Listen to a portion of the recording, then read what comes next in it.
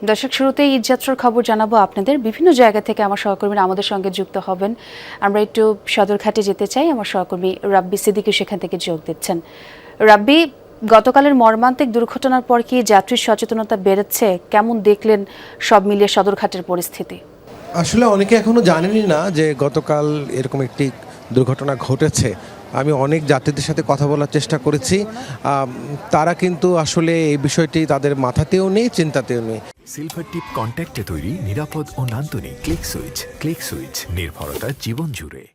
তারা যেই কথাটি বারবার বলছেন যে তাদেরকে যে কোনোভাবে হোক এই ঈদ আনন্দ করতে বাড়ি ফিরতে হবে, এবং সেজন্য তারা যথেষ্ট ঝুঁকি নিচ্ছেন এবং এটি নিয়ে তাদের বিন্দুমাত্র ভ্রুক্ষেপ নেই।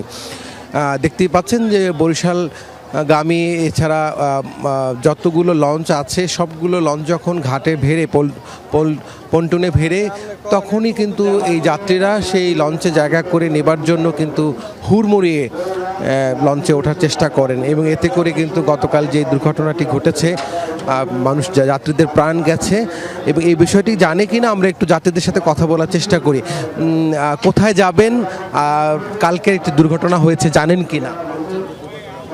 জি, আমরা যাব বরগুনা লাইনে, কিন্তু অনেকক্ষণ সকাল থেকে দাঁড়িয়ে আছে, কিন্তু লঞ্চ এখন আসতেছে না গাড়ি, এই জায়গায় আর কি গাড়ি দেবে এই কারণে। বরগুনা লঞ্চ আসলেই সঙ্গে সঙ্গেই তো হুড়মুড়ে উঠে পড়বেন, ছোট বাচ্চা আছে, ওঠার সময় জি, শৃঙ্খলাভাবে উঠবো, জানি কোনো সমস্যা না হয় এইভাবে। একটি সমস্যা হয়েছিল জানেন কিনা লঞ্চে উঠতে? আমরা তো ঘাটে আসিনি, তারা জানি না। আমরা আজকে সকালের দুর্ঘটনার খবর জানেন? লঞ্চে যে আমরা শুনছি হয়তো দুর্ঘটনা হয়েছে। এখন আমাদের যে এই সময়টা, যেমন 2 টাইম লঞ্চের একটা দিতে হয় ঢাকা টু বরিশালের, সেটা তো এখন আমরা পাচ্ছি না। এই যে যাত্রী হয়রানি হচ্ছে।